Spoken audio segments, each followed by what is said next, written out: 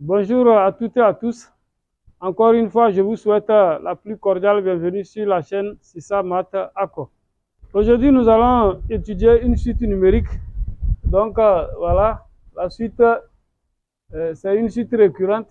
Oui, récurrente, pourquoi? Parce que lorsque, pour calculer un terme, il faut connaître le terme précédent. Voilà, ça s'appelle une suite récurrente.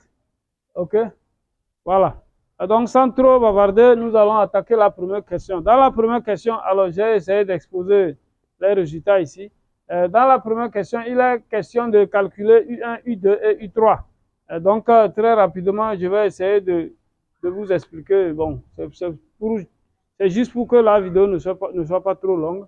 Donc, voilà, pour calculer U1, vous voyez, on doit, pour avoir un en indice ici, il faut remplacer n par 0.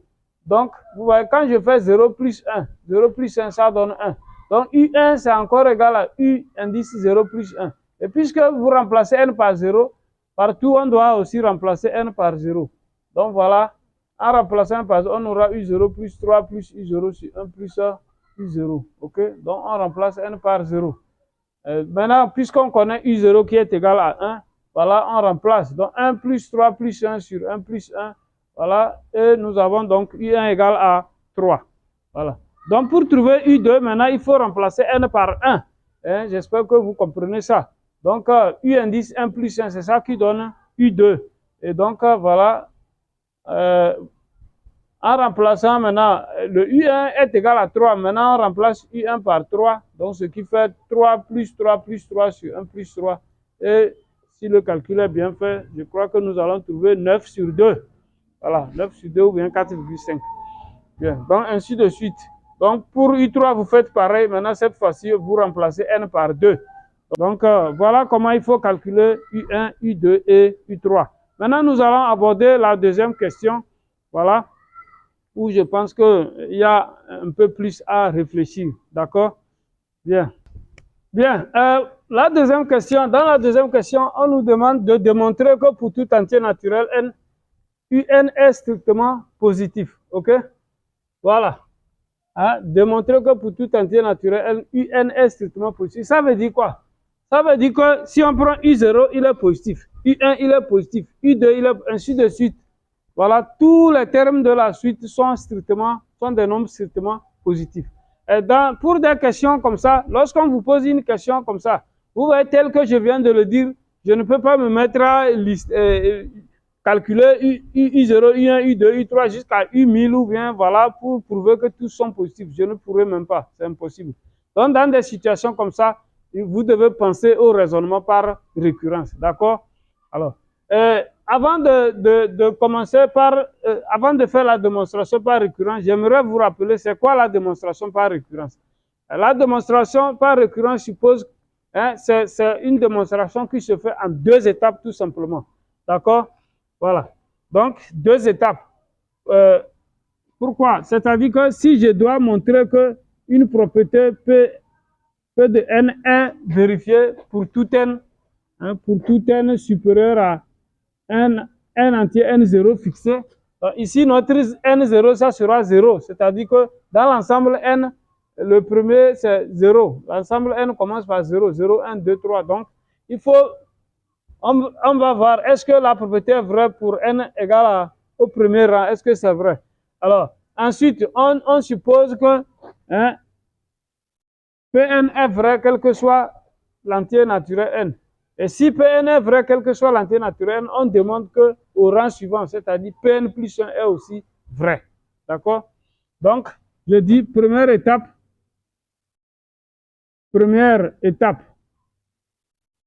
on va vérifier que P de N0 est vrai.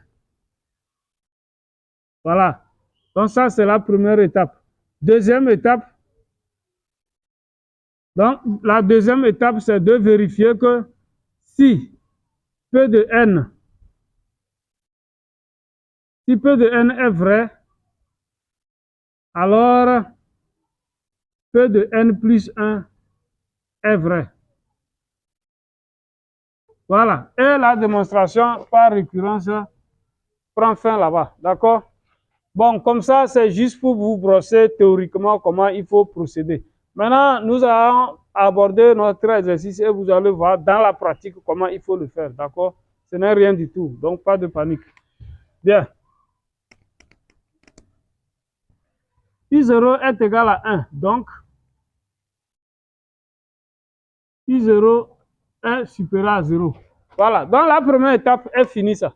Hein? I0 égale à 1, donc I0 supérieur à 0 est vrai. Hein? Donc lorsque n vaut 0, la propriété est vraie. La première étape est terminée. Mais si vous voulez, vous pouvez ajouter U1, bon, mais ça n'a aucune importance.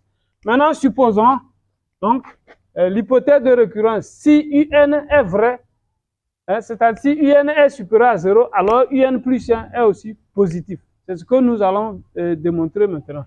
Donc, pour cela, le si là, ça veut dire que c'est ce que nous devons supposer. Donc, supposons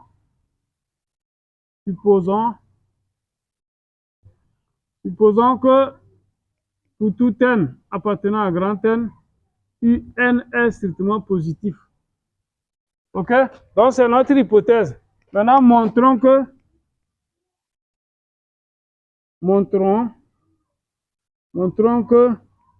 UN plus 1 est positif. Mais lorsque vous émettez l'hypothèse de récurrence, pour démontrer que UN plus 1 est positif, nous devons nous appuyer sur notre hypothèse. D'accord? Bien. Je dis UN positif entraîne que, voilà, c'est mieux comme ça. Donc, UN étant positif, ça c'est notre hypothèse. UN étant positif, alors UN plus 3 plus UN sur 1 plus UN est strictement positif. C'est-à-dire, hein, or tout ça là, c'est UN plus 1, c'est-à-dire UN plus 1 est supérieur à 0. La deuxième étape est terminée.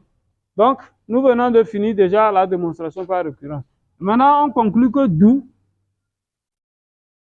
pour tout entier naturel n, UN est strictement positif.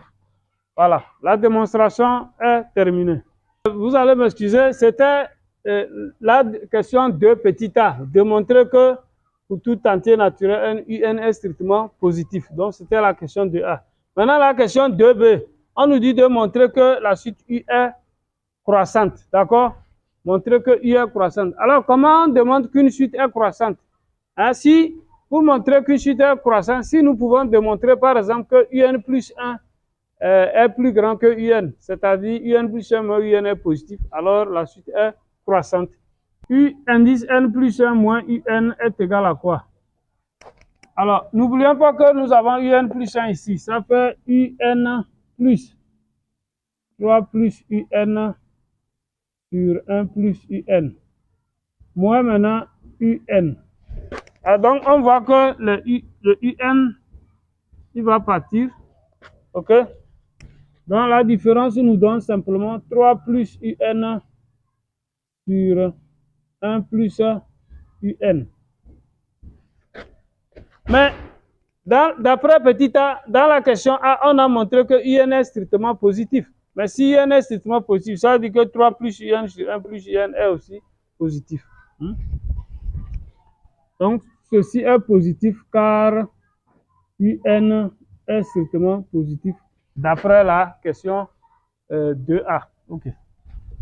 Donc, on vient de voir que UN plus 1 moins UN est positif. UN plus 1 moins UN est positif. D'où U, la suite U est croissante. Nous allons aborder la troisième question. Dans la troisième question, on nous demande d'établir que pour tout entier naturel n, UN plus 1 est supérieur à 1 plus UN. OK? Hein? D'établir cette inégalité. Nous savons que UN plus 1 égale UN, voilà, plus 3 plus UN sur 1 plus UN. D'accord? Mais nous pouvons écrire ça encore comment? Nous pouvons écrire que c'est encore égal à UN plus 3 plus UN, ça fait quoi? Ça fait 1 plus UN plus 2, le tout sur 1 plus UN. OK? Bien. Vous êtes d'accord, non? Voilà. Le 3, là, je l'ai décomposé. Donc, ça 1 plus UN plus 2, c'est-à-dire 1 plus 2 donne le 3 qui est ici. Maintenant, je peux encore écrire que c'est égal à quoi? Ça fait UN plus. Mais ici, je peux casser la fraction 1 plus UN sur 1 plus UN plus 2 sur 1 plus UN. D'accord? Voilà. Donc, pourquoi j'ai dit ça? Par exemple, si vous avez A plus B, le tout sur C, ça fait encore A sur C plus B sur C. Bon, c'est juste une petite propriété comme ça que j'ai utilisée à ce niveau. Bien. Mais ici, 1 plus 1 sur 1 plus 1 nombre sur lui-même, dans l'assemblée, un nombre sur lui-même, ça fait 1. Donc, nous obtenons quoi? Nous obtenons UN plus 1 plus 2 sur 1 plus UN. Bon, je vais réécrire ça, c'est-à-dire 1 plus UN. Voilà, j'ai juste permuté la place. Plus 2 sur 1 plus UN. D'accord? Voilà. Donc, voilà ce que UN plus 1. Hein, je peux écrire UN plus 1 comme ceci. Mais puisque nous avons démontré que UN est strictement positif, ça veut dire que 2 sur 1 plus UN est aussi strictement positif. Maintenant, or, vu que UN est positif, alors 2 sur 1 plus UN est un nombre strictement positif. Mais si 2 sur 1 plus UN est strictement positif, cela veut dire que lorsque je vais ajouter à chaque membre de cette inégalité 1 plus UN qui est un nombre, voilà, en ajoutant de part et d'autre, nous aurons 1 plus UN plus 2 sur 1 plus UN sera plus grand que 0 plus 1 plus UN. Vous êtes d'accord? Voilà. Mais ça, tout ça, c'est ça qui est mon UN plus 1. C'est-à-dire, on vient d'avoir UN plus 1 qui est strictement plus grand que, bon, 0 plus tout ça, ça fait encore 1 plus UN. Voilà, nous avons établi l'inégalité qu'on nous demandait, hein, d'où l'inégalité. Dans la deuxième méthode, nous pouvons démontrer que, voilà, nous allons démontrer que UN plus 1 moins UN. Donc, montrons que UN plus 1 moins UN est strictement plus grand que 1. Donc, si nous réussissons à démontrer ça, cela prouve que UN plus 1 est supérieur à 1 plus UN. Lorsque UN passe ici, d'accord? Bien. On a en effet, on a quoi? UN plus 1 moins UN, ça va nous donner. Nous avions déjà calculé ça quelque part ici, d'ailleurs. UN plus 1 moins UN, on avait dit que ça donne 3 plus UN sur 1 plus UN. OK? Voilà. Mais pourquoi ce nombre dépasse 1? Parce que si le numérateur d'une fraction dépasse le dénominateur, alors hein, cette fraction est plus grande que 1. D'accord? Donc, ceci est supérieur à 1 car je dis 3 plus UN est plus grand que 1 plus UN. 3 plus UN est plus grand que 1 plus UN. Donc, ce quotient est plus grand que 1. Donc, c'est-à-dire, on vient de démontrer que UN plus 1 moins UN est plus grand que 1. D'où UN plus 1 est supérieur à 1 plus UN. Voilà une autre façon très simple de démontrer encore la même inégalité. Bien, maintenant nous allons aborder la quatrième question. Alors, dans la quatrième question, on nous demande de démontrer que pour tout entier naturel n, UN est strictement plus grand que n. D'accord? Nous savons que UN plus 1 est supérieur à 1 plus UN. Et cela équivaut encore à quoi? Que UN plus 1 moins UN est strictement plus grand que 1. D'accord? Bien, nous allons exploiter cette inégalité. Donc, je vais appeler ça tout ce que vous voulez. Voilà, je vais appeler ça dièse par exemple. OK? Voilà, donc, l'inégalité là, nous allons appeler ça dièse. Nous allons exploiter cette inégalité pour pouvoir démontrer ce qu'on nous demande ici. Hein?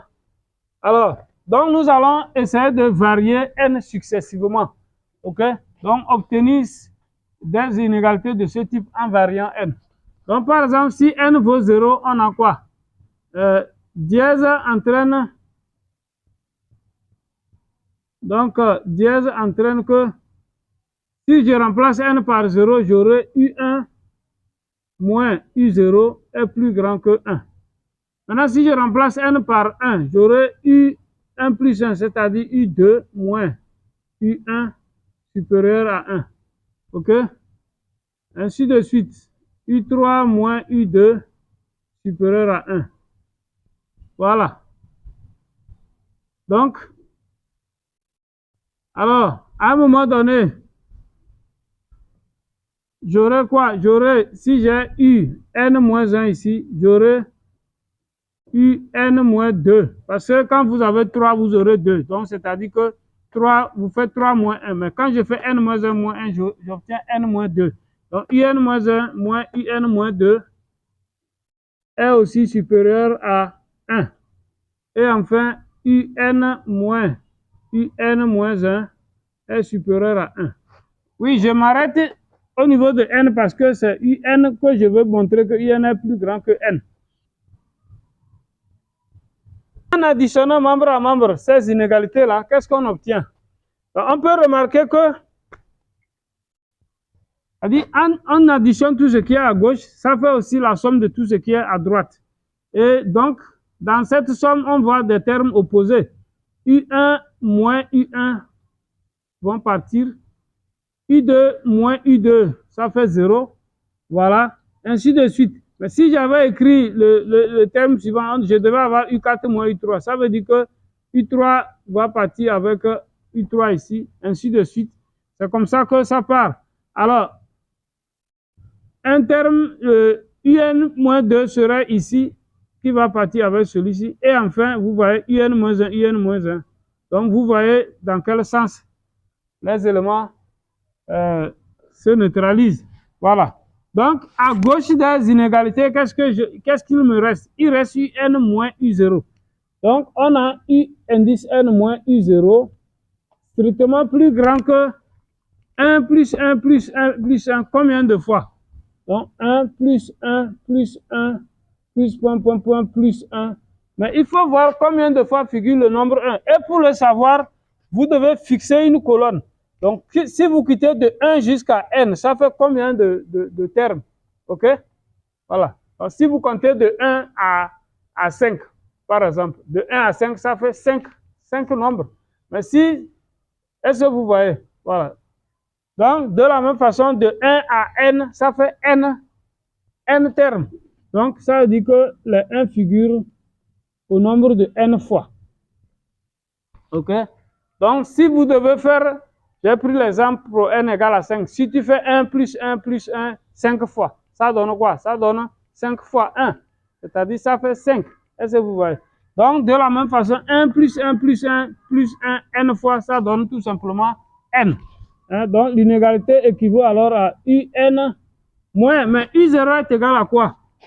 Notre U0, c'est 1. OK?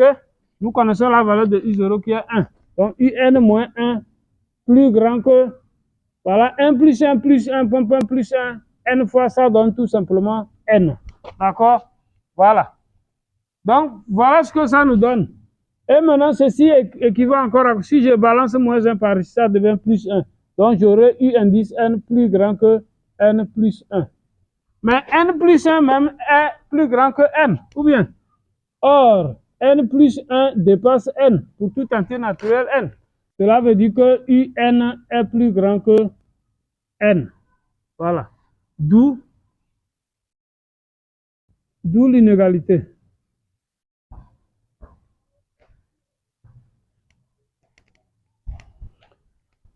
Bien, maintenant nous allons aborder la dernière question où on nous demande d'étudier la limite de la suite U. Avant d'aborder la dernière question où on nous demande d'étudier la limite de la suite U, permettez-moi de vous rappeler que si vous aimez vraiment ce genre de contenu, likez la vidéo, partagez, et si vous n'êtes pas encore abonné à la chaîne, veuillez vous abonner. Laissez les commentaires, vraiment, je pense que ça va faire du bien. OK? OK. Donc, on termine maintenant la question numéro 5. On dit d'étudier la limite de la suite U. Bien. Alors, voilà. Autre chose que je vais vous rappeler aussi, lorsque vous traitez un exercice de mathématiques, vous devez être connecté à l'exercice. D'accord? Voilà. Ça veut dire quoi être connecté à l'exercice? Donc, ici, toutes les questions, parfois vous allez voir que pour répondre à certaines questions, il suffit de jeter un œil sur les questions précédentes. Et ça peut vous inspirer beaucoup. Donc, soyez connectés à toutes les questions. Vous voyez, pour terminer, pour étudier la limite de la suite U, nous allons nous baser sur la dernière inégalité qu'on vient d'établir. On vient de démontrer que UN dépasse N. OK? Voilà. Mais il y a une propriété sur les suites numériques qui dit quoi? Prenons deux suites comme ça. OK? Voilà. Donc, si j'ai cette comparaison, alors, ici, donc, ce que je dis, c'est une propriété. Vous avez une suite UN plus grande que Vn. OK? UN dépasse Vn. Et, donc, si UN dépasse Vn et si la limite de la suite Vn, la limite de Vn lorsque n tend vers plus l'infini est égale à plus l'infini, alors automatiquement la limite de Un, alors la limite de la suite Un lorsque n tend vers plus l'infini est aussi égale à plus l'infini. Voilà. Puisque Un dépasse Vn, donc si lorsque n tend vers l'infini, Vn tend vers plus l'infini, aucun nombre ne peut être plus grand que plus l'infini si ce n'est lui-même. Donc c'est seulement plus l'infini qui est plus grand. Ici, voilà. Donc ça veut dire qu'en passant à la limite, les deux auront les mêmes limites. Voilà. Donc nous allons utiliser cette propriété ici. Donc vous savez que la limite de n, quand n tend vers plus l'infini, donne plus l'infini. Voilà. On a un plus grand que n et la limite de n lorsque n tend vers plus l'infini est égal à plus l'infini. D'où la limite de la suite U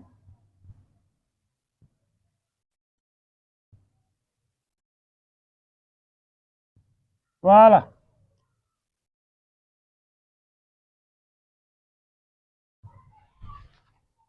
Donc la limite de la suite UN est égale à plus l'infini. OK? Alors, et lorsque la limite d'une suite est plus l'infini, on dit que la suite est divergente. D'accord? Donc la suite U est divergente. Donc, notre vidéo prend fin. J'espère que vraiment vous avez aimé la vidéo. Si c'est le cas, likez, partagez. Et je vous souhaite une bonne suite. À nous revoir pour une prochaine vidéo.